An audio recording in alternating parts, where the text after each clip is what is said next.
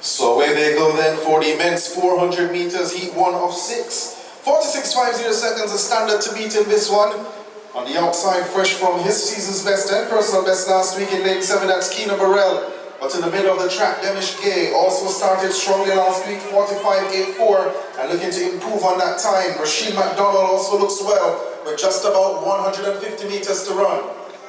So McDonald with the advantage as they turn for home. Demish Gay in second. Akani Slater of GC Foster College in third. Then on the outside, Demar Murray. It's Rashid McDonald, Demish Gay, Jamoy Jackson also there as well, but Rashid McDonald will get the win. Slater may have just picked Demish Gay at the line, 46.22, the flash time. So 46.23 for Rashid McDonald in section 1.